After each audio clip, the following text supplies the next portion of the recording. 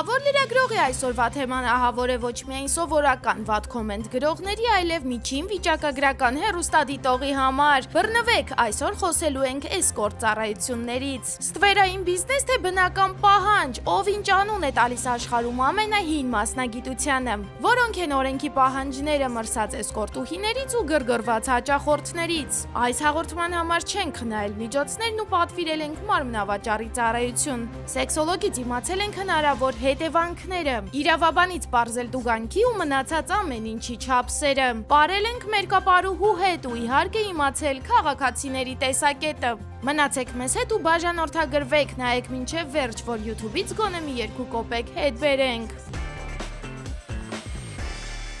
Հայերը օգտվում են մարմնավաճառների ծառայություններից։ Իհարկե։ Ձեր պացիենտները ինչ պատմություններ են պատմում։ Բազմաթիվ պատմություններ, ինչպես հաճելի է, այնպես եւ տհաճ, իրենց բոլոր հետևանքներով եւ բնականաբար պետք է որպես մասնագետ ընդգծեմ, որ սեռական հաճույքի համար պետք չի դիմել վճարովի ծառայության։ Ինչու՞։ Որովհետեւ սեքսի համար չեն վճարում։ Սեքսը պետք է վայելել վստահելի պարտների հետ։ Իհարկե, սկզբնական շրջանում նրանք, ովքեր նոր են սկսում ապրել սեռական կյանքով եւ չունեն այլ տարբերակ, դիմում են այդ տարբերակին, բայց ժամանակի ընթացքում հետո այն դառնում է սովորություն, հետո արդեն դառնում է ոչ առողջ սեռական վարքագիծ վճարել հաճույքի համար։ Իսկ եթե հետևանքների մասին խոսենք, քիչ չեն այն դեպքերը, երբ նույն սեռավարակները, որոնք մեծ մաս դեպքերում առաջ են գալիս կոմերցիոն սեքսի հետևանքով։ Սեքս աշխատողների կյանքին ու աշխատանքային մանրամասներին ծանոթանալու նպատակով մեր հետաքննող թիմով պատվիրեցինք էսկորտ ծառայություն հայտնի Telegram ալիքներից մեկի միջոցով։ Գաղտնի տեսախցիկները տեղադրել ենք այնպես, որպեսզի չհանրայնացնենք աղջկա դեմքը, իսկ ինքնությունը գաղտնի պահելու համար նաև փոխել ենք ձայնը։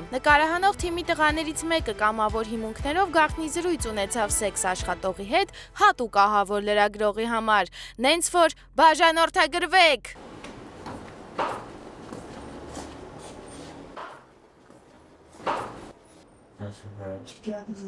Можно посидеть немножко? Да. Кстати, у меня первый раз. А? Ну, когда я пользуюсь этим. Да. И то, что вообще не было. Да. Был, но... Немного волнуюсь, так? Да? Не волнуйся. Да. Ну, не знаю. Я думал, вот, мне нужен мастер. Так. Гуру. Гуру, вот, который все знает. Ну, если, ну, так сказать, работа такая. Ну, ты так зарабатываешь. Да. Ну, знаешь, получается, ты в этом теле. Ты, да, ты знаешь, что надо, где надо, как.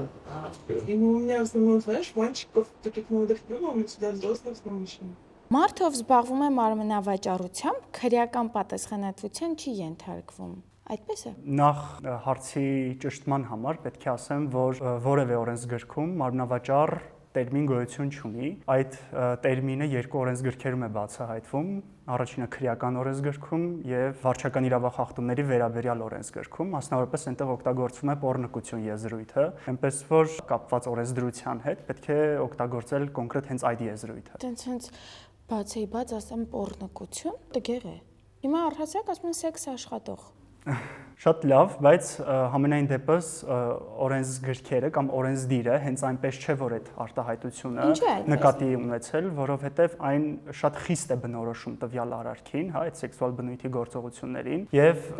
անվանելով, հա, այդ սեքսուալ բնույթի գործողությանը պոռնկություն, այսպես անձանց ավելի զգաստ պահելու եւ ցույց տալու համար այդ հակաիրավական կամ հակաբարոյական արարքի բունեությունը։ Հələ սպասի տեսնեմ ես մեր սիրուն աղջիկին չի ասում։ Կյանքում չեմ արել ես տենց բան, դավայ։ Այս ձեր առաջի անգամն է։ Ձեր խածանոթ է դեմքից։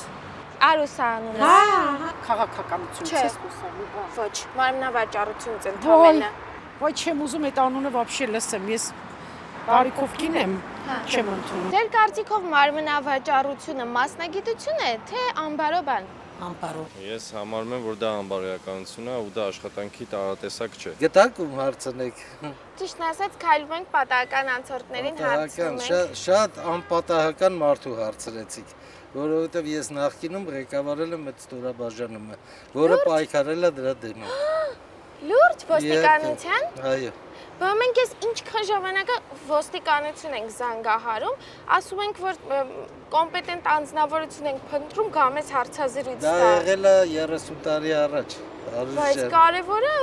ղեկավարել եք։ Դե կլինի այդ հարցերը բացեմ ձեզ տամ։ Լավ էլի խնդրում եմ, նենց օգնած կլինեք։ Բալս հասկանում եմ, բայց ուղղակի ես շատ սուղ ժամանակ ունեմ։ Իսկ եթե ձեր հեռախոսի համարը վեստեմ գաք մեր ստուդիա։ դուրս գալի։ Եկեք դուք ձեր հեռախոսը թողեք ինձ։ Դուք չեք զանգի, Ես դելա։ կզանգահարեմ։ Իսկ կլինի ես ձեզ իմ հեռախոսը տամ։ Всё։ Ասեմ գրեք իմ համարը։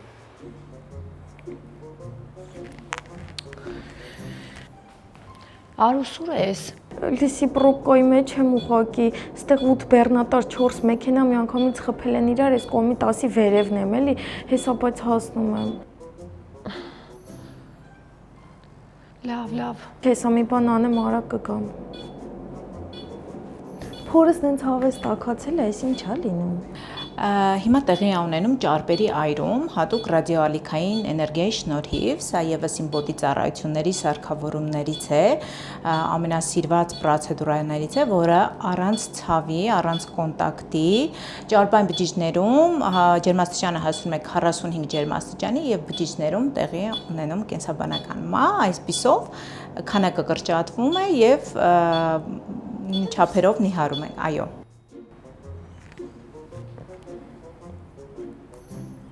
Հիմա փորից ճարպերը նիհարելու է։ Կարող եմ քնեմ ես այս ընթացքում, որ խռացնեմ կներեք։ Բայց օրինակ կան մարդիկ, ովքեր ամաչկոտ են կամ չեն կարողանում իրենց գրավիչ ներկայացնել, չունեն զուգընկեր, չի ստացվում իրենց մոտ ոչ կոմերցիոն սեքսով զբաղվել։ Ինչ անեն։ Դե հենց պետք է սկսել տեղից, թե ինչի են ամաչկոտ, որտեղ ամաչկոտությունը առաջին պատճառներից եւ պայմաններից մեկն է, որը բերելու է ձախողված սեռական վարքագծի ձևավորումը։ Եթե տղամարդը ամաչկոտ է, ինքը հետագայում ամաչելու է նաեւ մարմնավաճառին դիմել։ Եթե տղամարդը իր բնույթով ամաչկոտ է, նշանակում է ինչ որ միտեղ դաստիարակության ընթացքում վրիպում է տեղի ունեցել, հատկապես սեռական դաստիարակությամբ։ Եթե ամաչկոտության պատճառը հակասեքսուալ դաստիարակությունն է, շատ դեպքերում ճնշված լինելը, եսը ճնշելը, ծնողի կողմից ներարկել է, որ սեռականության հետ կապված ամեն ինչը մերժելի է, անընդունելի է, կամ մեծացել է կոնֆլիկտային ընտանիքում, որտեղ ականատես է եղել ծնողների կոնֆլիկտի, կամ իրեն են ճնշել։ Մի խոսքով, բոլոր այն պատճառները պետք է բացահայտել, թե ինչու է ինքը ճնշված եւ շտկել խնդիրը։ Կոմերցիոն սեքսը ունի իր նաեւ պատճառներ, ինքը չի շփվում հակառակ սեռի ներկայացուցիչ, խնդիր ունի, կոմպլեքս ունի եւ դա կոմպենսացնում է կոմերցիոն սեքսի միջոցով։ Բայց տեսեք, օրինակ կան տղաներ, ովքեր ակնհայտ ցանկալի չեն մեծամասնության համար կանանց։ Ինչպես ցանկալի չեն, Այսինքն չեն ուզում նրանց հետ սեքսով զբաղվել կանայք։ Բայց նրանք ում հետ իրենց ֆիզիկական պահանջը բավարարեն։ Նրանք պետք է պետություն ինչ-որ հնարք ստեղծի, պետություն նպատականությունը։ Ինչ-որ ձևով պետք է ինչ-որ բան հովանավորի կամ ինչ-որ պայմաններ սարքի, վերջապես պետությունը պետք է անի։ Պետությունը ո՞նց այդ մարդկանց հետ մտնի սեռական ակտիվության մեջ։ Դրանք հոգեբաններին պետք է մեկ ավելի շատ վարձատրի, որ հոգեբաններ հետները։ Բայց հոգեբանները ո՞նց նրանց հետ չեն կարող սեքսով զբաղվել։ Որտե՞ց գտնենք դրանց։ Իրանք պետք է մետեղ լինի ու դիմեն, չէ՞։ Պետք է ինչ-որ տեղ լինի։ Սեքս աշխատողներին։ Խելքո դիմում են ընդել հոգեբանների բան պետք է կազմակերպվի։ Թող գտնեն օրը մեկի հետ։ Դա պատճառ չի։ Ну, в целом ты говоришь, что там взрослая, да? Ну, у меня я типаж больше взрослых мужчин. Ага. Да, ну типаж. Молодые мальчики любят больше немножко других девушек. Они, ну, знаешь, берут таких прям с самой большой грудью, там, с такими ресницами. Вульгарно, да. Молодые любят больше вульгарши. А взрослые мужчины любят больше натуральность. А сколько будет уже формироваться? Может быть, второй год. Ну, да, скорее всего, второй год. Но я не так много, не так часто. Связанные с жизненной ситуацией приходится. Մեր կապարուհիներին օքեյ։ Դե մեր կապարուհին է իր աշխատանքն է գնում է փող աշխատում, փակտեղ այնտեղ ուրիշ բաներով չի զբաղվում, այդ իրանց գործն է։ Նույնը չի։ Հա, այդ նույնը չի, իհարկե նույնը չի։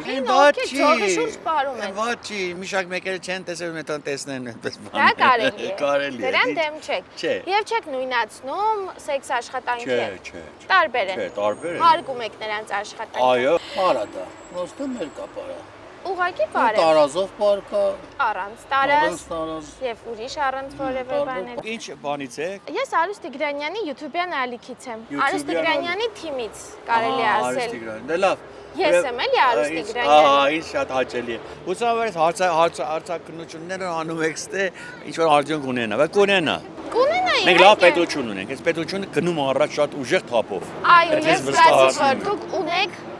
կիրք պետության Ես 20 տարի առաջ Փաշերյանը գիտեմ։ Որ եղբայրները, քեռիները, հոպարները որոշում են տղայի աչքերը բացել եւ 16 տարեկանը հենց զարկում է, տանում են տղային աչքերը բացելու։ Մոռանալով կամ չիմանալով, որ այդ աչքերը բացելուց հետո կարող են մի շարք խնդիրներ առաջանալ, որոնք առաջանում։ Աչքերն են փակվում եւ ոչ միայն աչքերն են փակվում, մի շարք խնդիրներ են առաջանում, որովհետեւ տղան նախ կարող է դեռ պատրաստ չլինել, լուրջ հոգեբանական տրավմա կրել եւ մենք շատ հաճախ ենք այդպիսի։ Ես լսել եմ շատ, որ տրավմաներ են ունենում։ Հետաքրքիր է, ոնց են ունենում, ինչից են ունենում այդ։ Նրանից, որ ինքը նախ պատրաստ չի դրան, մեկ։ Երկրորդը ինքը կարող է եւ այդ process-ից ուղակի զզվել, որովհետեւ չգիտի ցանկություն չունի, չգիտի ինչ պիտի անի եւ բացի այդ վիճակը երբեմն նաեւ քմծիծաղները, որոնք լինում են նման դեպքերում հենց սեքս աշխատողների կողմից, այո, լուրջ տրավմա են հարուցում ու հետո մենք սկսում ենք դրա հետևանքների հետ պայքարել, աշխատել, բուժել եւ քիչ չեն այդպիսի դեպքերը, երբ 20-22 տարեկան երիտասարդը դիմում է մեզ, նշում որ չի կարողանում սեռական հարաբերության մեջ մտնի, որովհետեւ 16-17 տարեկանում իր հոպարը իրեն տարել է աչքերը բացելու եւ դա հոպարներն են իրանց հետ մտնում այդ process-ի մեջ կամ այդ սենյակ իրենց հետ չեն մտնում, բայց ուղեկցում են իրենք կողքի սենյակ են մտնում телеграм-канала там есть номер девушка, да. Ну получается, что есть менеджеры. Так получается, у вас есть такие проценты, да? Да. А можно узнать, сколько остается? 50 на 50. Мне просто так напишут 50%. Просто? Да, просто писать. Ну, у нас же... Организовать, да. Меня как бы предложила себя. Ага. Не знаю, я не знаю. Ты их не знаешь, да? Просто в чат писать. Нет, я знакома. А ты уже запланировала, какую страну потом? Я не знаю, пока что нет. Я только что недавно приехала с Монтенегро. Да, они очень самовлюбленные. У них очень завышенная самооценка. Не знаю. Из-за того, что они, может быть, такие красивые, спортивные. Не знаю. В общем, они очень самовлюбленные. Не приветливые. Не как в Турции. В Турции тоже очень любят русских девушек.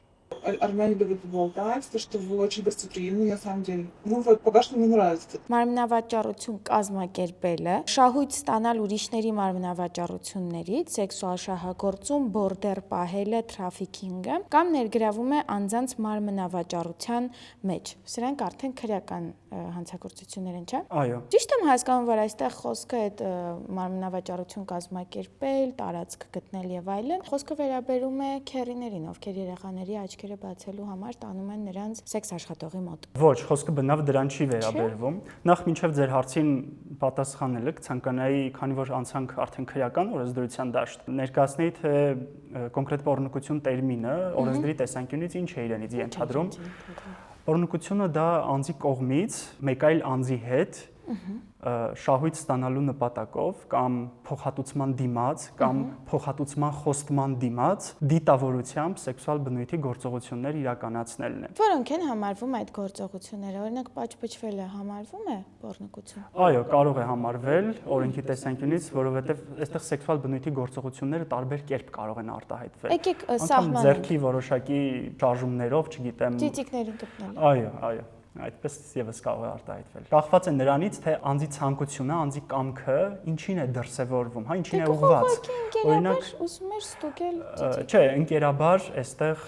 չի կարող դիտվել որպես պոռնոգություն, որովհետև անձի նպատակը պետք է լինի շահույթ ստանալը, հատուցում ստանալը կամ այդպիսի խոստում ստանալը դիմացինից։ Մի հատ կարգին հաղորդում կա, որ հարևան պապիկ ասում է ծիծիկները ցույց տուր $1000 կտամ։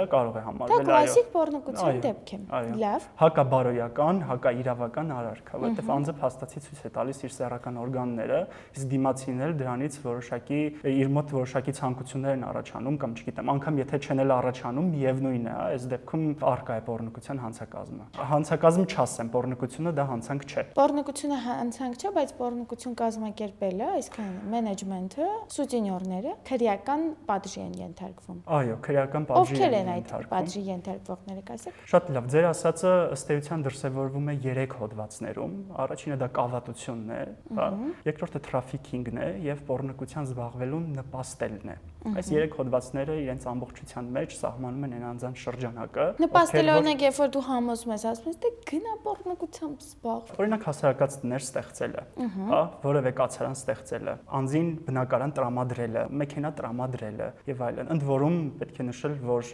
այստեղ կախված կատարողներից, հա, խմբի կողմից է կատարվում, իշխանական լիազորություններ ունեցող անձի կողմից է կատարվում այդ հանցագործությունները, այստեղ պատիժը բավականին խիստ է նախատեսված, մինչև 12 տարի կարող են անձին դատապարտել։ Այսինքն կինը, եթե չի կարողանում գնահատի տղամարդուն այն բանի համար, որ տղամարդու աշկը դուրսն է մնում։ Կինն է մեղավոր։ Չէ, ասի մեղավորը, բայց գալիս է նաև կնոջից։ Եթե տղամարդը չարչարվում է ամեն ինչ անելու, որ կինը բավարարված գա, կինը չի գնահատում։ Դրանից դրդվելով ստիպված խեղճ տղամարդը գնում է։ Գնում են այդ քայլին։ Ինքն է չի գիտակցում երևի։ Դե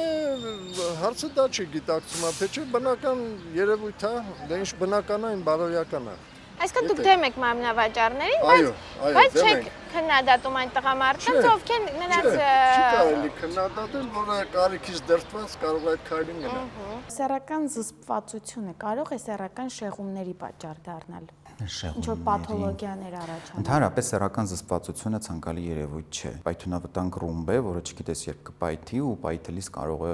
լուրջ հետևանքներ ունենալ։ Որքան երկար է զսպվածությունը, հատկապես երիտասարդ տարիքում, այնքան իհարկե հետևանքները կարող են անցանկալի լինել։ Եթե, այստեղ պետք է ընդգծեմ, եթե անձը ունի սեռական կյանքի փորձ եւ ինչ-ինչ պատճառներով զրկվել է սեռական կյանքից։ Այդ դեպքում նրա սեռական զսպվածությունը իհարկե խնդրահարույց կարող է լինել։ Ինչ շեղումներ կարող են առաջանալ։ Տղամարդկանց պարագայում կարող են խնդիրներ առաջանալ կապված միզասեռական համակարգի հետ, քանի որ տղամարդու մոտ սեռական ֆունկցիան արտահայտվում է սեռական հորմոնների ակտիվացմամբ եւ նաեւ սերմնագոյացման պարբերաբար ընթացքով, երկարատև զսպվածությունը բերում է նրան, որ սեռական օրգաններում առաջանում են այսպես կոչված կանգային գործընթացներ եւ դա բերում է հետո բորբոքումների սեռական օրգանների, այսինքն երբ որ ոչ մի բան չկա, ոչ մի սեռական ակտիվություն չկա, հետո սեռական օրգաններում սկսում են առաջանալ բորբոքումներ, ցավեր, կարող է սերմնահեղուկի որակը ընկնել, կարող է պոտենցիան դուժել, ցանկությունն է սկսում նվազել, ցավեր կարող են առաջանալ կոնքի շրջանում եւ չասեմ վատը, բայց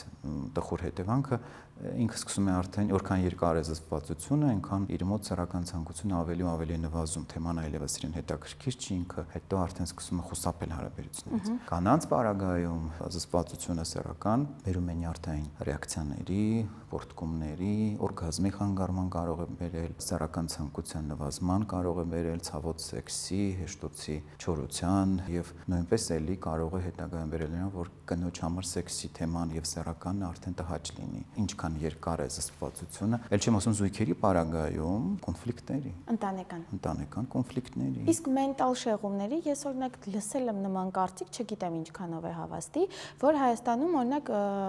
զոոֆիլիա կա տարածված, արդյոք դա ճիշտ է եւ արդյոք կապում եք սեռական զսպվածության հետ։ Չէ, միֆերի շարքից է, զոոֆիլիա կա, բայց այդքան տարածված չի, իհարկե, ուր մնաց որ պատճառ լինի զսպվածության։ Մի քիչ չափազանցված է, մի քիչ թույլ տվեք բարձրաբանեմ։ Զոոֆիլիայի դիմում են նրանք, ընդհանրապես պարաֆիլիա դրանք պերվերզիաներ են, այսինքն այլասերվ, եթե ավելի ժողովրդական լեզվով ասած, սեռական այլասերվածություններ, սեռական շեղումների շարքից են։ Զոոֆիլիան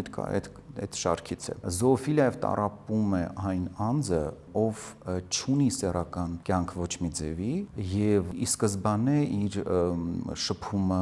եւ ունի հակվածությունն է, պետք է անպայման շեշտել, պիտի հակվածություն ունենա կենթանական աշխարհի նկատմամբ եւ իր բացակայությունը սեռական կյանքին կոմպենսացնում է շփումով կենթանիների հետ։ Եվ պարտադիր չի, որ դա լինի անպայման սեռական կապ կենթանու հետ, դա կարող լինի ուղղակի այսպես ասած ռոմանտիկ մակարդակով, փաղաքշանքների շոյանքների առումով։ Իսկ արդեն երբ որ շեղում է, թե շեղման մասին է խոսում, դա արդեն սեռական հարաբերություններն են կենդանիների հետ, որը արդեն նաև հոգեկան խնդրի մասին կարող է վկայել, ոչ միայն սեռական շեղման։ Եվ այստեղ բոլորին պարտադիր չի, որ զսպվածությունը բերի։ Նա, ով որ սեռական կյանքով ապրել է երբևիցե, ունի սեռական կյանքի փորձ, երբևիցե չի դիմի զոոֆիլիա։ Իսկ զոոֆիլիան հակված է նրանք, ովքեր սեռական կյանքի փորձ չունեն, հակում ունեն կենդանական աշխարհի նկատմամբ, ապրում են շրջաններում անասնա այն վայրերին, որտեղ զարգացած է անասնաբուծությունը։ Եթե օրենքը, այսպես ասած, չի արգելում պոռնոգությամբ զբաղվել, սուտասպան զբաղվելուց տուգանք վճարեք։ Հիմա այդ մարդը զբաղվում է, նա տաղանդ ունի որպես սեքս աշխատող, բայց վատ մենեջեր է եւ նրան ի վերջո թիմ է պետք։ Մենեջերը պետք այդ սուցինյոր ասվածը։ Չգիտեմ, PR մասնագետ SMM-շի ոնց աշխատացնի, ոնց իր բիզնեսը իրականացնի, եթե օրենքը թույլ չի տալիս օգնել կազմակերպմանը։ Նման բիզնեսի տեսակ իրականում գոյություն չունի, հետեւաբար բոլոր այդ տեսակ պնդումները իրավաչափ չեն։ Կրկին անգամ պիտի ասեմ, որ այդ գործողությունները, ընդ որում եթե արդեն երկու ստեկ են կազմակերպվում, հա, եթե անձը ցանկանում է, որ որևէ մեկը իրեն այսպես մենեջերություն անի եւ փորձի կազմակերպել այդ process-ը, մասնակիցներ գտնի։ Այս դեպքում արդեն հանցակազմը ավելի է ծանրանում եւ երկուսին կարող են եւ արդեն պոռնոգությամբ զբաղվողին կարող են քրեական պատասխանատվության ենթարկել եւ այն անձին, ում դիմել է տվյալ հարցը։ Նաեւ ամուսնացած տղամարդիկ են, որոնք օրինակ իրենց համարում են, որ իրենք արդեն հաջողված են, ամեն ինչ ունեն, ընտանիք ունեն եւ կարող են իրենց նաեւ թույլ տալ այդ տարբերակը, հա, ազատ ժամանցի, այո, տարբերակը։ Մյուսը ուղղակի նշում է, որ իր մոտ սովորությունը արդեն 18-19 տարեկանից այդպես եւ ինքը դրանից կտրվել չի կարողանում։ Կախվածություն, այո, այդ տարբերակն էլ կա։ Շատ են պատճառները։ Լինում է, որ սիրահարվեն սեքս աշխատողին։ Ունեցել եմ այդպիսի դեպք, որ սիրահարվել էր եւ հենց այդ միտումով անդադ гնում էր մոտը, ոչ թե իր սեռական կարիքները բավարարելու, այլ տեսնելու, շփվելու։ Каждый раз, знаешь, ты же не знаешь, куда ты едешь. А что там будет, ты не знаешь, кто там будет, что там. И ты всегда каждый раз открываешь, типа шок. А было такое, что так видела и сказала, я бы не дал. Я закрывала дверь, да. Просто вот так один раз закрыла. Почему? Что-то понравилось? Пришел дедушка очень старый, знаешь. Это было в Турции, и я немножко офигела, и я так открываю. Я была в отеле, вот он приехал ко мне в отель, и я, получается, так открываю дверь. Он так на меня смотрел, что я так просто ничего не сказала. Вот, я написала менеджеру, что я не смогу. Но было такое, что и от меня тоже отказывались, когда я приезжала, там мне говорили, что нет, извини, там, что я не похожа на фото. Такое тоже может быть. Ну давай я сравню вот сейчас. Ты похожа? Я там худее просто, в 3 раза. Да. Да? Արուշ շատ ամոթ է, կես ժամը սպասում է հյուրը։ Բա ինչ անհարմար է ստացվում։ Ուզում եք մի հատ սուրճ տվեք հյուրին։ Մեկ էլ են վաֆլի ունենք ստուդիայում, այդ վաֆլիներից առաջարկեք, բան ես հեսա 5 րոպեից հասնում, ուղիղ 5 րոպեից այդտեղ եմ։ Բայց այն իմ շոկոլադով սունկիկները չտոսել, իդ իմ համար եմ պահել եմ անկյունի մատերած լավ։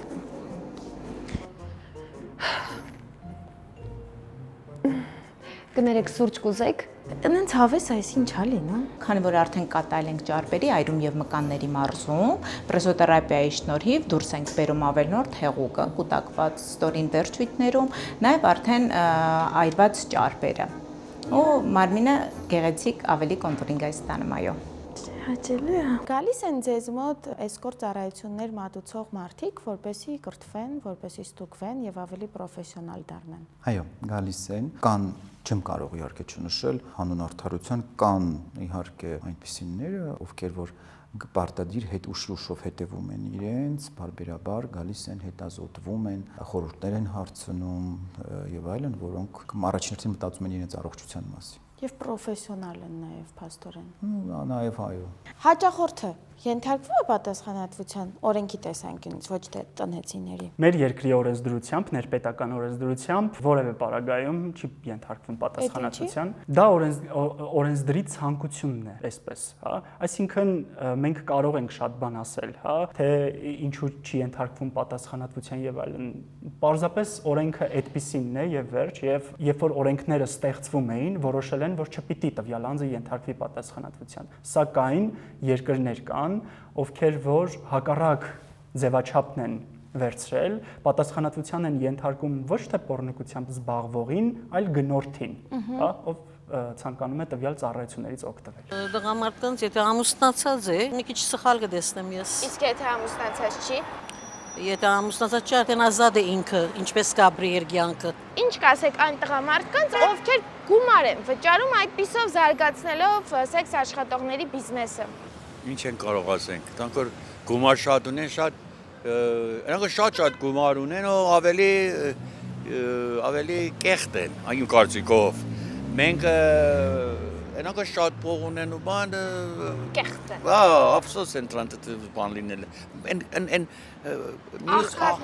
Նրանք պետք է մենք խելոք լինենք։ Այնքան բան կա, այդ փող շատ ունեցողը միշտ վնասում են։ Կնոջ համար դա աշխատանք չի։ Իսկ տղամարդ մարմնավաճառներին։ Տղամարդ առավել ևս։ Չէ, չի կարելի եթերը որպես բան ասել, բայց ասեցիք, չի։ Ասիլեն գոմիկներ են, մեղավորել չեն, Աստծո տված պատիժ է դա։ Մի րոպե ոնց կարա հիմա այս տղամարդը, այս տղա նայում ես, իրոք տղամարդ է։ Բայց ես չասի տղաների հետ, ես ասեցի մարմնավաճառ տղամարդիկ, ովքեր կանանց հետ են։ այդ տեսակի բաները։ Ձեր մտքով այդ տարբերակը չէր անցել։ Չէ, լավ են անում։ Իրենց կարելի է այսինքն։ Տղամարդը եթե կարիք ունի, ինքը գնում է այդ Բայց քայլին։ եթե անբարոյականություն ա նույն բանը կանանց համար։ Ճամբարականություն։ Տղամարդը ինչ անի կարելի է։ Այո, կարելի է։ Դուք տղամարդ չեք, բայց ինչի եք իրենց շահերը Ես հարգում եմ իրանց։ Պիտի երևի մի քիչ հիասթափեցնեմ ձեզ եւ ասեմ, որ ճիշտ է ոչ այդքան շատ, բայց կան նաեւ տղամարդ մանավանդ։ Հայաստանում կան նաեւ ճիշտ է ստատիստիկորեն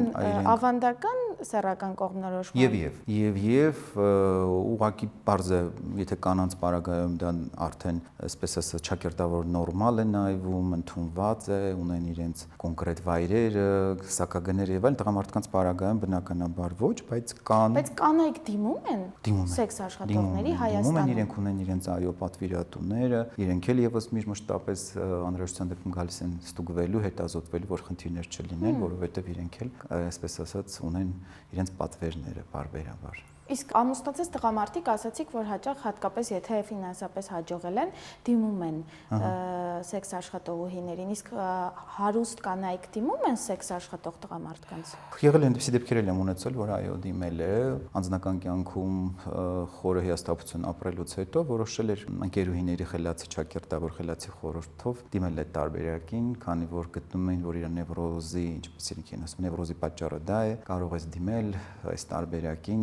կայունանա եւ այլն դիմել էր, որից հետո իհարկե շատ ափսոսալով նման կատարած քայլի համար հետո դիմել էր մեզ այդ խնդրով, որպեսզի օգնենք իրեն։ Հեճուկս նրան, որ քրեական պատասխանատվության չի ենթարկվում պոռնկությունը, սակայն այն համարվում է վարչական իրավախախտում եւ կարող է հանգեցնել տուգանքի, իսկ տուգանքի չափը կարող է լինել 20-ից 30 հազար դրամի սահմաններում ըստ վերջին կարգավորումների։ Հետաքրքիր է ինչպես է որոշվում 20-ից 30 հազար, ում 20, ում 30, ավելի ծիտ պոռնիկներին կամ տենց ասեմ, բայց շատ վատ է հնչում, վիրավորական է մի տեսակ։ Չէ, որևէ վիրավորական բան չկա, կարծում եմ, որ Եթե դեմ չեք, ես ուղղակի տենց ասեմ սեքս աշխատող։ Շատ լավ, ինչպես հարմար է։ Ավելի ծիտ սեքս աշխատողներին տուգանքը ավելի թանկ է կամ ավելի փորձառուներին, իսկ սկսնակներին ավելի էժան։ Ինչպես է որոշվում տուգանքի չափը։ Իրականում օրենսգրքում, վարչական իրավախախտումների վերաբերյալ օրենսգրքում նման կարգավորում չկա, ձեր կողմից նշված կարգավորումը, այնտեղ հստակ նշված է, որ պոռնկությամբ զբաղվելու համար անձին կարող են ենթարկել վարչական պատասխանատվության նվազագույն աշխատավարձի 20-ապատիկի չափով, այսինքն 20,000 դրամի չափով։ Իսկ նույն արարքը 1 տարվա ընթացքում կրկին անգամ կատարելու դեպքում անձը կամ պոռնկությամբ զբաղվողը կարող է ենթարկվել պատասխանատվության նվազագույն աշխատավարձի 40-ապատիկի չափով, այսինքն 40,000 դրամի չափով։ Հետևաբար եւ առհասարակ որևէ օրենսգրքով չի կարող լինել այնպիսի պայման, երբ անձի նկատմամբ պատասխանատվությունը լինի 20-ից 30,000 կամ, չգիտեմ, օրենսգրքերում հստակ нышվում է։ Смотри, получается 100 тысяч драм, и такси где-то 100 тысяч. 100 тысяч драм. И такси, ну давай такси 5 тысяч драм. Оказывается, что в Армении девочки сказали, что очень много подделывают денег, сувенирные которые. Тут? Тут обманывают? Говорят, что да, я не знаю. Արդյոք սիրած մարդու եւ մարմնավաճառի հետ ունեցած սեքսը տարբեր է։ Այո։ Ես շատ լսել եմ, որ տղամարդիկ սեքսին վերաբերվում են միայն որպես ֆիզիկական process, իսկ կանայք նաև էմոցիոնալ։ Արդյոք դա այդպես է, եւ կապելով այս հարցին, արդյոք տղամարդկանց համար տարբերություն կա կնոջ հետ են սեքս անում կամ սիրած մարդու թե մարմնավաճառի։ Տեսեք, ընդհանրապես սեքսոլոգիայում մոտեցումը այսպես է։ Տղամարդու սեքսուալությունը առավել ֆիզիոլոգիական է, չդոգմատիզացնեմ, էլի ասեմ միայն ֆիզիոլոգիական է։ Կնոջ սեքսուալությունը առավել հոգեբանական է, ինչ է սա նշանակում։ Տղամարդը ավելի իհարկե ֆիզիոլոգիական տեսակ է, իր համար ավելի կարևոր է սեռական ակտը, բուն հարաբերությունը, ինքը գրգռվում է անմիջապես տեսնելուց։ Կնոջ համար հոգեբանական պահերն են կարևոր։ Հայացք, ֆլիրտ, շոյանք, փաղաքշանք, նվերներ, ուշադրություն, եւ կինը սիրում է ականջներով։ Տղամարդը սիրում է աչքերով։ Տղամարդը տեսավ,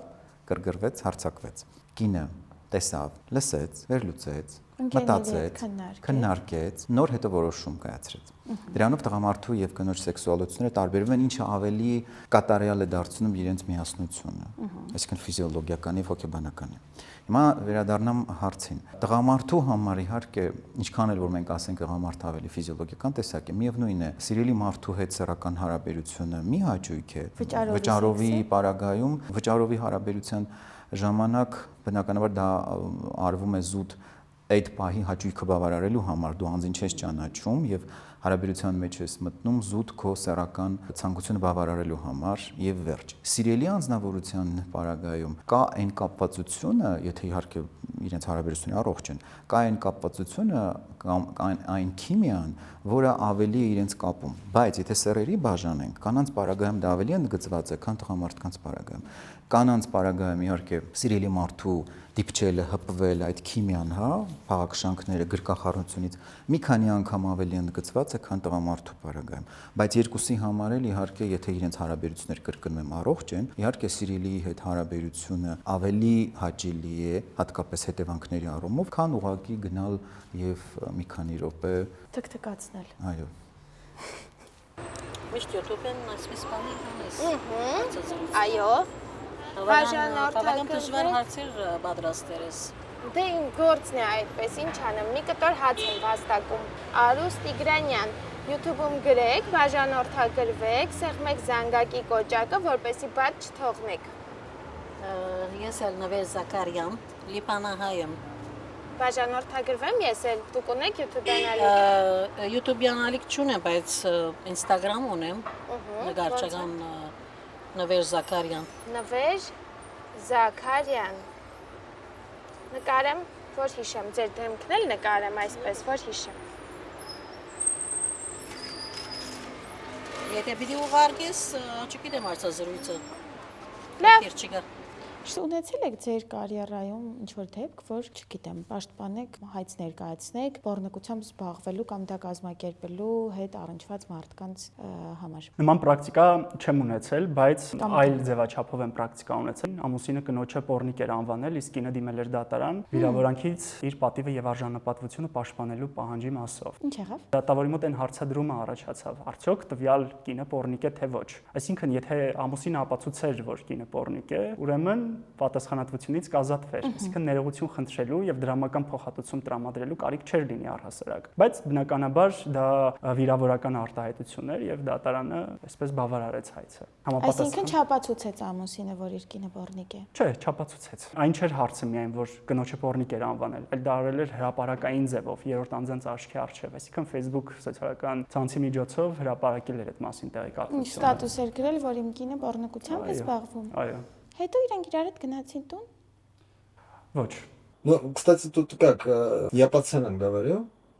тут цены выше. Да. Чем где? Чем, не знаю, по Сирии или куда-нибудь. Ну вот, мне интересно тут. Нет. Если они приходят, но дешевле надо 50. Так прикольно, что ты спрашиваешь. Ну, Да, спрашиваешь. много чего интересного. Да, спрашиваешь. Да. Там мне тоже интересно много чего. Я хотел узнать, есть ли у меня таких фетишей, не знаю. Нет. Нет, по классике, да. Բայց մյուս կողմից ես օրինակ հաճախ երբ TikTok-ի կամ Facebook-ի կոմենտները կարդում եմ հայերի գրած, հասկանում եմ, որ հայերը շատ ունեն սեռական զսպվածություն եւ դա արտահայտվում է ագրեսիայի եւ հաճախ հայախառն ագրեսիայի միջոցով։ Ես այդտեղից ենթադրում եմ, որ նրանք իրենց սեռական էներգիան չեն ծախսել։ Մյուս կողմից ավելի լավ չի, որ գնան սեքս աշխատողին վճարեն եւ իրենց կարիքները բավարարեն այդպես, քան աղտոտեն հասարակության մթնոլորտը։ Գիտեք,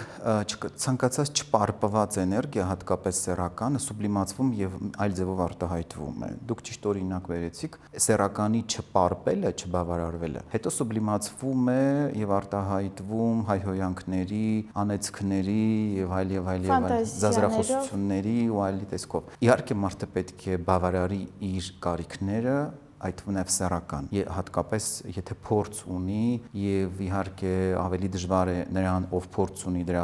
այսպես ասած, համը արդեն տեսել է եւ հետո ինչ պատճառներով զրկվում է դրանից, այդ տեսակ մարդիկ ավելի ծանր են տանում սեռական կյանքի բացակայությունը, քան նրանք, որոնք ընդհանրապես չեն տեսել, չեն համտեսել, չգիտեն դա ինչ է, չեն զգացել։ Ինչպես բավարարեն, պարտադիր չի դրա համար գնան վճարեն, հենց իհարկե դա էլ է տարբերակ, դա ինչպես ասում են, հնոցիվեր, այո, չարած փոքրագույն եւ ամենահին մասնագիտությունն է, որը եղել է կա ու կլինի։ Պարզապես, եթե ես որպես բժիշկ նայեմ, նախընտրելի չի, որ այդ տարբերակով բավարարեն։ Կարելի է օրինակ ունենալ մշտական զուգընկերուհի, վստահելի, որպեսզի զերծ մնաս սեռավարակներից, որպեսզի վստահ լինես, որ դու ունես վստահելի եւ շատ առողջ շփում, եթե ամուսնացած չի դեռ, քան թե դիմես կոմերցիոն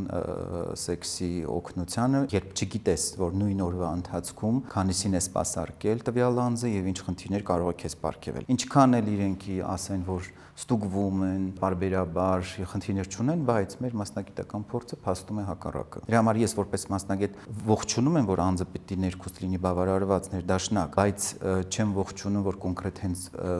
միայն ու միայն վճարովի, որտեղ այդ վճարովին հետո լիքը խնդիրներ է ստեղծում, որի համար պիտի վճարեն, որ այդ խնդիրներից հետո ձերբազատվեն։ Ինչպես կարելի է հասկանալ, որ դիմացինի ագրեսիան պայմանավորված է սեռական չբավարարվածությամբ։ Միանշանակ ասել, որ կոնկրետ այս բանաձևը կարելի է կիրառել եւ կաշխատի, իհարկե ոչ։ Հաճախ իհարկե նևրոտիկ որոշակի վարքագծի, հիստերիկ վարքագծի, ագրեսիայի, հատկապես երբ թեման առնչվում է սեռականին, որը վրդովեցնում է մարդուն ու անմիջապես ինքը դրան արձագանքում է։ Օրինակ այս հաղորդման տակ նմանատիպ կոմենտներ գրողները շատ հավանական է, որ սենսիտիվ են այս թեմաները։ Դե գիտեք, մեր ազգը սեռականի նկատմամբ չափից դուրս ընդգծված վերաբերմունք ունի, նույնիսկ հաղորդումը չնայելով, վերնագիրը կարդալով շարադրություն են գրում, տակ ամութանք տալով մասնագետին եւ հաղորդավարին առաջարկելով այրել խարույկի վրա։ Դա նորմալ է։ Դա էլ է խոսում սեռական որոշակի խնդիրների մասին, որովհետեւ ընդհանրապես սեռապես կրթված եւ բավարարված մարդը կարիք չունի բղավելու, գորգորալու, հիստերիկանալու եւ այլն։ Նա լուր լսում է կամ կարձագանքի կամ ոչ, լավագույն դեպքում ոչ, որովհետեւ ինքը ներդաշնակ է ինքն իր հետ եւ նաեւ սեռական կյանքում։ Իսկ նա ով անդադար խոսում է դրա մասին, կոմենտներ է գրում, բղավում է դրա մասին, հայհոյում է, բնականաբար ինչ որ խնդիր ունի։ Եվ փորձ ցույց է տալիս մասնագիտական, որ ընդհանրապես որքան ճղճղան է մարդը, հատկապես հայհոյախոս է, առավել եւս սեռականի առումով, այնքան շատ խնդիրներ ունի ինքան կողմը։ Այսքան սեռական բնույթի հայհոյանք տվող տղամարդիկ հիմնականում այնքան էլ լավը չեն անկողնում։ Սեռական չէ կարող զայրացած լինի այդ պահին հայհոյի, բայց եթե մարդը անիմաստ, այո, ֆիքսված է թեմայի վրա, որ տեղին անտեղին անընդհատ դրա վրա ֆիքսվում է, այդ թեման քննարկում է, անընդհատ հիստերիկանում եւ այլն, փորձ ցույց է տալիս, որ գոտկատեղից ներքև ինչ որ բան այն չէ։ Շատ լավ։ Ինչով է տարբերվում այս գործարքը այլ գործարքներից, օրինակ, երբ որ դու վճարում ես, որ կան քո հարսանիքին երգեն, կամ վճարում ես լրագրողին, որ նա ռեպորտաժ պատրաստի։ Էլի նույն բանն է, գումար ես տալիս, որ քո համար ինչ-որ մի բան անեն, դու հաճույք ստանաս, այս դեպքում էլ գումար են տալիս, որ սեքսով զբաղվես։ Ինչ կա այդտեղ, ինչ նախնդիրը։ Իրականում ճիշտ եք ասում։ Տրամաբանության տեսանկյունից դրանք գործարքներ են։ Խնդիրը այստեղ ավելի ներընտանեկան պատճառների մեջ կարող է լինել։ Դավաճանության մասին եք ասում։ Ոչ միայն դավաճանության, այստեղ նմանօրինակ վարքագիծը կարող է երեխաների մոտ առաջացնել բազմաթիվ հոգեբանական խնդիրներ։ Օրինակ ակամայից, սոցիալական ցանցերով կամ, չգիտեմ, տարբեր սոցիալական հարթակներում տեսնելով, օրինակ պոռնոգությամբ զբաղվող անձանց, իրենց հոգեբանական ներանձնային աշխարհը կարող է փոխվել, հատկապես 14-15 տարեկանից հետո։ Իրենք կարող են իրենց համար առնվազն կարող է բացասական հետևանքներ ունենալ։ Էլ չեմ խոսում այն դեպքերի մասին, երբ որ ծնողներից որևէ մեկն է զբաղվում մարմնավաճառությամբ։ Երեխայի վրա կարող է վատ հետք ունենալ։ Իհարկե կարող է, հենց այդտեղ է, որ երևում է ամենապարզ օրինակը հենց դա է, որտեղ հստակ է, որ դա հակաբարոյական արարք է։ Не знаю, я не считаю деньги, к сожалению. Вообще не считаешь? Ой, сколько я зарабатываю, сколько трачу, я не знаю. Реально, я не считаю. У меня очень много расходов на самом деле. Много бабушки, дедушки, оплачиваю квартиру в Казахстане. Вот, поэтому как-то я не считаю. А почему меня выбрал? Почему тебя? Фото очень красивое, да? Это фото очень красивое. А покажи, какие еще там есть, если он это не видел. Ըստ ես պետք է օրինականացնել մարմնավաճառությունը։ Ոչ, Ինչու։ որտեվ այդ չի համապատասխանում մեր արևելյան կեցվածքին։ Որոշ երկրներում դա օրինական է, ինչպես օրինակ Նիդերլանդներում։ Բոլոր երկրներում շատ բաներ է օրինական, բայց մեր մոտ հարգի չի դա։ Դու իսկ նրանց մոտ որ օրինական է, դրան ինչպես եք վերաբերվում։ Դրական։ Կուզեք օրինականացնել մարմնավաճառությունը։ ոչ։ Բայց իրենցից հարկեր մենք կստանանք։ Ինձ պետք է իրանց հարկը։ Մեր երկրի մեր երիտասարդության անունը պախարակեն, ինչա որ իրանք հարկ են վերցնում, ամեն ինչից է վերցնում են, თუ այդ մի բանից է չվերցնեն։ Լինի աշխատատեղեր, այն կարգի, որ մարդը գոնե իր գոյությունը պաշտպանելու համար գնա այդ քայլին, աշխատի, ոչ թե գնա այդ քայլին, աշխատի։ Գալիս է նաև երկրի դրությունից։ Բայց դուք կներեք էլի, բայց դուք ինչ իրավունքով եք տղամարդու հետ չեք համաձայնվում։ Իհարկե նա ասում է գոյության համար, գոյության։ Ուրեմն որ այս 40-50 տարվա մեջ 90 թվից էս կողմ, չէ՞։ Մեր հայ ազգը, բանչասի մեր հայ ազգը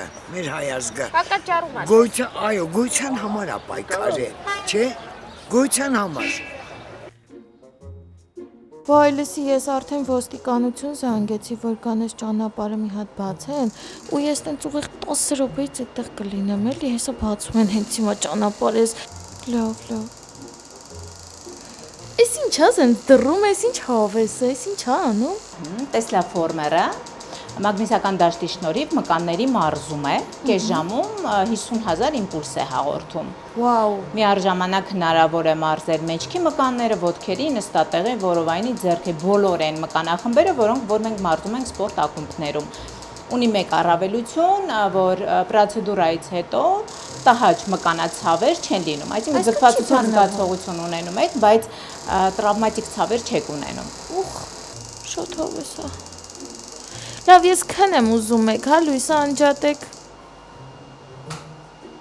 Որքան փակ է հասարակությունը, այնքան շատ են խնդիրները, այդ նաև սեռական։ Որովհետև փակ հասարակությունում սեռականությունը սուբլիմացվում, ճնշվում է, բայց միտեղ պիտի դուրս գա։ Ինչ որ մի վարքագծի մեջ ու շատ հաճախ անառողջ վարքագծի։ Այսինքն որքան փակ է հասարակությունը, շատ են տաբուացված մոտեցումները, շատ են հակասեքսուալ ճնշումները, ինքը մի ձև, ինչ որ մի տարբերակով պիտի արտահայտվի անառողջ վարքագծի ձևով։ Բռնություն, սեռական ագրեսիա, որոշ դեպքերում պեդոֆիլիա, այսինքն այնպես չի որ փակ հասարակությունը ողջունելի է, բաց փակ ներողություն, այնպես չի որ փակ հասարակությունը շատ դեպքերում հա ասում են, վայ փակ հասարակությունը ինքը կոնսերվատիվ ուրեմն լավ է, իսկ բացը վտանգավոր է։ Ոչ, փակն էլ պիտի չափ ունենա, փակ լինելու։ Այնպես չի որ այդ առումով լավ է որ փակ է, որովհետև խնդիրները այսպես տես միտեղ արտահայտվելու են դրանք մի ձևով։ Դե գիտեք, ցանկացած էլեմենտ սեռականի հետ պիտի համադրելի լինի տվյալ ազգի էթնոմշակույթի հետ։ Իրենց համար դա ընդունելի է նորմ է, իրենք դրան նորմալ են նայում, իրենց համար էլ աննորմալ է մերը եւ մեր նման մի շարք երկրներինը, որ ոնց թե ամուսնանալ գույսի հետ, ոնց թե չունենալ օրինականացված հասարակած տներ եւ այլն։ Իրենց էթնոմշակույթի համար դա նորմալ է, մեզ համար ոչ, որովհետեւ մենք ունենք այլ էթնոմշակույթ եւ այլ նաև սեռական մշակույթ, որը ունի եւ դրական եւ բացասական կողմերը։ Իրենց պարագայում իհարկե ինչն է լավ, որ վերահսկելի է, այսինքն ստուգվում են բարբերաբար, որևէ խնդիր այդտեղ չեն տեսնում եւ նույնիսկ լինում են դեպքեր, որ կանայք դեմել չեն, որ իրենց ամուսինները գնան, ինչպես իրենք հաճախ ասում են, բարբերաբար թարմանան եւ վերադառնան տուն։ Իրենց համար դա ընդունելի ձևաչափ է։ Պարոն Փաստաբան, եկեք դիտարկենք էլի պետության շահերի տեսանկյունից մարմնավաճառությունը աշխարհի ամենահին մասնագիտությունն է, ինչպես գիտեք, եւ այսօր պահանջարկ ունի եւ առաջարկել կա։ Ինչու ենք մենք հրաժարվում այդ հարկերից, որոնք կարող ենք ունենալ մարմնավաճառությունը օրինականացնելու դեպքում։ Օրինակ Նիդերլանդներում մարմնավաճառությունը օրինական է եւ սեքս աշխատողները բավականին կլորիկ հարկեր են վճարում եւ այդ գումարները գնում են պետբյուջե, ուսուցչին եւ ոստիկանին։ Այսպես պատասխանեմ, ցանկացած օրենք, երբ որ ընդունվում է, պետք է լինի դրա հասարակական պահանջը։ Կա։ Հասարակական պահանջը միգուցե կա, բայց այն ստվերում է, որևէ մեկ այդ մասին չի խոսում, հա, այսպես ասեմ, եթե հասարակության որոշակի զանգված դուրս գա փողոց կամ առհասարակ առանց փողոց դուրս գալու, հա, արտահայտի իր դիրքորոշումը, որ ցանկանում են, որպեսզի լինեն, օրինակ հասարակած տներ եւ այլն, որպեսզի այդ ամբողջ process-ը օրինականացվի եւ մարմնավաճառներն էլ իրենց հերթին հարկեր վճարեն, կարծում եմ կընդունվի նման օրենք, հաշվի առնելով, որ մենք աշխարհիկ պետությունում ենք ապրում, բայց այսօր եթե ամեն երկրորդին հարց տանք, իրենք կողմ են, հա, մարմնավաճառության օրինականացմանը կամ երևույթին առհասարակ, բնականաբար իրենք պատճառաբանելու են, որ դեմ են եւ չեն ցանկանում։ Այսինքն այդ պահանջը կա, բայց ստվերում է։ Եվ երբ պետք է դրա մասին բարձրաձայնել, բոլորը հակառակ դիրքորոշումն են հայտնում։ Իսկ չեք կարծում, որ եթե մարմնավաճառությունը ստվերից դուրս գա եւ մտնի օրինական դաշտ, այն ավելի հետեւողականորեն կարող է աշխատել, ինչ մասով եմ ասում, որ սեքս աշխատողները գաղտնի գործունեություն են իրականացնում, դու չես կարող ստուգել նրանք արդյոք ունեն ինչ-որ սեռավարակներ, հիվանդություններ, որոնք կարող են փոխանցել, իսկ եթե նրանք լինում են օրինական դաշտում, պետք է գնան լիցենզիա հանեն, դրա համար պետք է բժշկական ստուգումներ անցնեն, հետո պետք է հարկեր վճարեն, մի տեսակ ավելի ձեռք չի տալիս մեզ այս մոտեցումը, քան հակառակը։ Անկեղծ ասած պոռնոկության լիցենզիան հանկարծ այնպես չլինի, թե ես պոռնոկություն եմ քարոզում եւ ինձ քրեական պատասխանատվության ենթարկեք զուտ, ես վերջերս գնացել էի Ամստերդամ, դուրս եկավ այդ գաղափարը, որ իրանք օրինականացրել են հարկեր են վճարում եւ բոլորը ստուգված են առողջական առումով։ Կրկին անգամ պիտի ասեմ, որ այստեղ էլի ամեն ինչ կախված է հասարակության պահանջի հետ։ Քանի դեռ չկա հասարակության պահանջը, նման օրենքներ ընդունվել պարզապես չեն կարող։ Այլ բան է, իմ սուբյեկտիվ կարծիքով միգուցե պետք է որ օրինականացվի։ Չնայած ես ինքս դիտարկում եմ, որ դա հակաբարոյական արարք է եւ իմ համար անընդունելի է, որովհետեւ ես գտնում եմ, որ այն օրենքները, որոնք մշակվել են եւ այս պահին գործում են, դրանք բավարարում են հասարակությանը եւ պետք է ոչինչ էլ չփոխել։ Դուք հետ չեք գնացել սեքս աշխատողի մոտ։ Ոչ։ Բայց երկար մտածեցիք։ Դե փորձեցի հումորով պատասխանել։ Հաստատ։ Այո։ Լավ, եթե հանկարծ թաքցնում եք եւ գնացել եք, նախ ասեմ, որ մենք ձեզ որևէ ձև չենք քննադատում, եւ եթե այդ սեքս աշխատողի մոտ գնացել եք, հիմա դիտում եք, կարող եք կոմենտներում գրել, որ լավ է եկել եք։ Չէ, իրականում ես քրիստոնեական արժեքներով եմ ապրում, ինձ համար դրանք առաջնային են, հետեւաբար նման տեղեր հաճախելու խնդիր, ցանկություն եւ կարիք երբևէ չեմ ունեցել եւ չունեմ։ Ամուսնացած եք։ Ամուսնացած չեմ։ Քանի տարեկան եք։ 30։ Կարելի է անձնական հարցեր տալ։ Հաստատ։ Ոչ մի խնդիր։ Այսինքն 30 տարի երբեք ոչ մեկի հետ հարաբերություններ չեք ունեցել։ Այդ հարցին չեմ պատասխանի։ Դե դրա համար ասի կարելի է անձնական։ Չէ, դուք խոսեցիք մարմնավաճառների մոտ գնալը։ Հա, չէ, ես ասում եմ ձեր անձնականից։ Ամեն դեպքում մարմնավաճառի մոտ չեք գնացել, այդ գումարները պահել եք ձեզ։ Իդեպ կարող եք բաժանորդագրվել մեր Patreon-ին եւ այդ գումարները նաեւ նվիրաբերել մեր հաղորդմանը։ Какие скиллы нужны? Да никаких-то. Я пришла сюда, абсолютно не знала, как что делать. Ты слушаешь, делаешь. А есть такие, что просто позвать и просто так посидеть? Да. И ничего не было?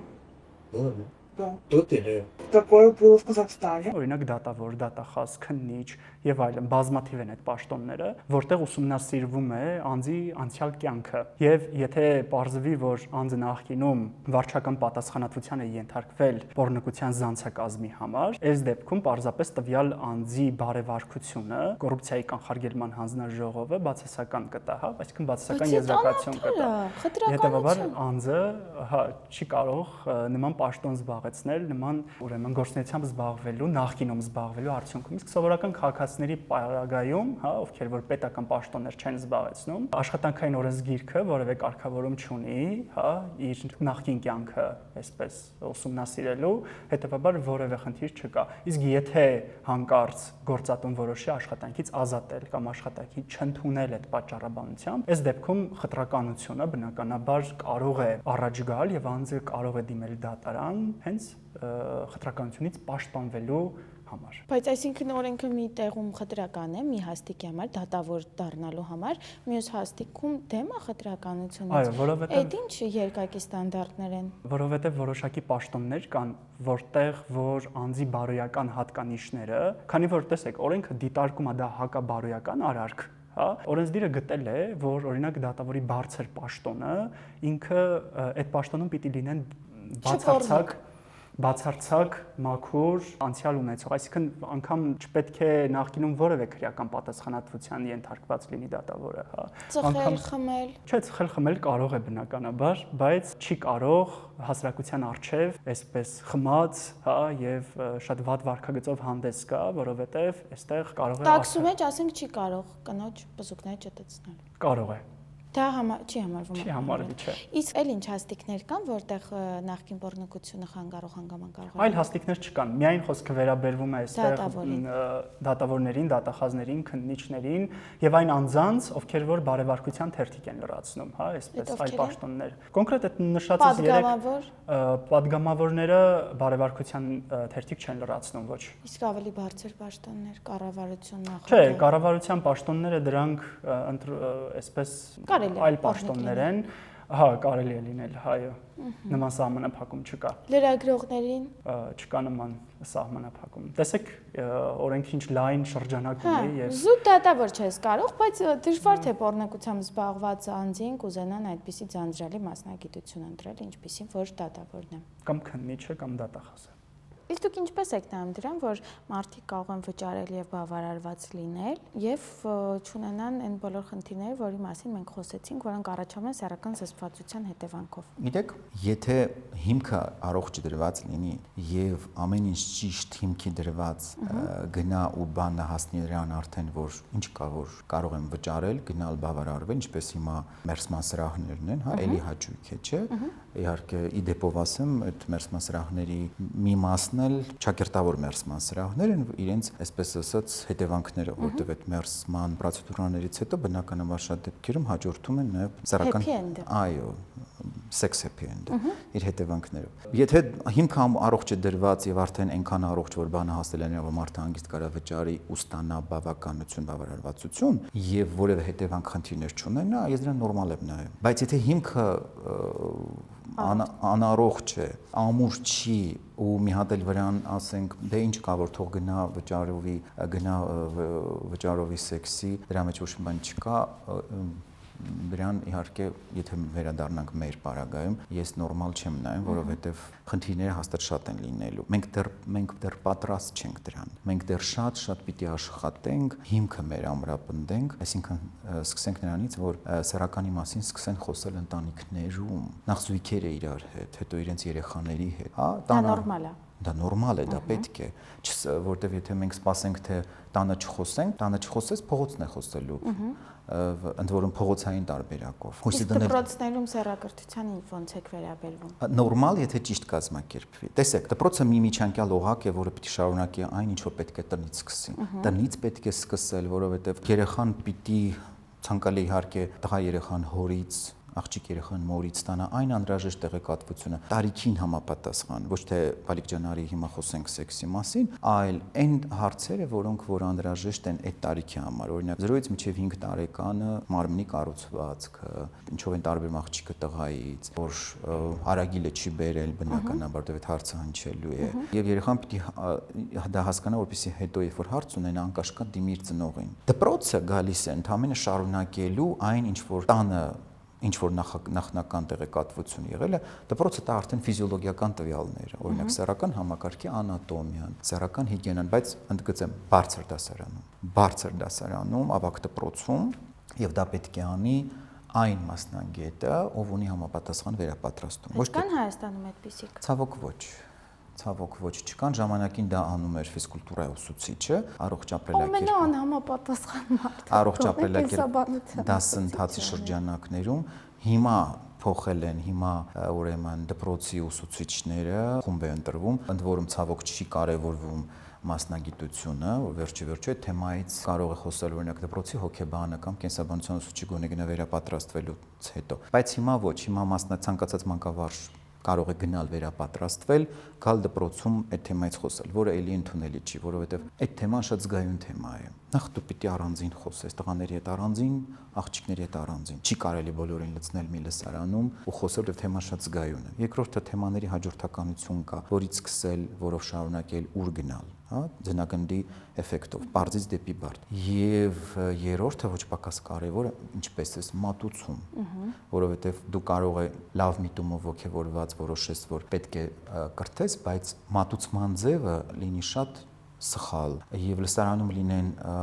երեխաներ, որոնք դեռ պատրաստ չեն այդ տարբերակով լսել։ Օրինակ Գերմանիայում սեռակրթություն ասելով հասկանում են ցույց տալ պահպանակների օգտագործումը, որը մերժելի է մեզ համար։ Դա սեռակրթություն չի արդեն, որովհետև եթե մենք մտնենք դպրոց եւ փորձենք դեռահասին այդպես մատուցենք սեռակրթություն, նրա մոտ կստեղծվեն իհարկե ոչ ճիշտ պատկերացումներ։ Պետք է սկսել քչից ու գնալ դեպի բարդը կամաց։ Տալ անհրաժեշտ ինֆորմացիա, որպեսզի ինքը արդեն դպրոցը լքելուց հետո գոնե ունենա մինիմալ պաշար, ինչպես պաշտպանվել սեռավարակներից, ինչ է սեռական հիգիենան, ինչպես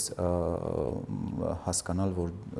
քո սեռական հազարգացումը ճիշտ է ընթացել եւ այլն։ Բուհերում ցանկալի կլինի, որ գոնե բոլոր բուհերում մեր ամենևս գոնե պետական լինեն ուղղակի առողջ ընտանիքի դասընթացներ կամ առողջ սեռականության դասընթացներ, որ դեռահասը ստանա վերջ-վերջո սեռականությունը հոգ անջատ մի կղզի չի, դա ընդհանուր առողջության մի մասն է։ Այսինքն դրա մասին պետք չի ամաչել, ուղղակի պետք է մատուցել ոչ գրեհիկ։ Չափի մեջ, ճիշտ տերմիններով, չգրեհկացնել, չվերցնել, չամաչել եւ ամենակարևորը չասել, այլ դրսում սա է ընդունված, այ դրսում սա, դա դրսինն է։ Օտարի շապիկը